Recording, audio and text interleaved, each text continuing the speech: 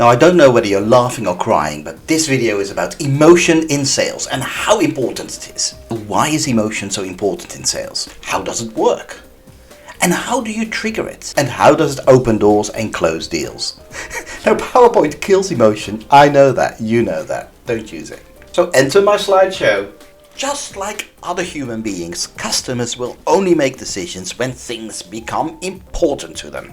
The very reason why salespeople trigger emotion in their prospects. And the emotion meter shows how it works. It's super simple. Asking questions that trigger emotion. Ask questions about the problems customers are facing.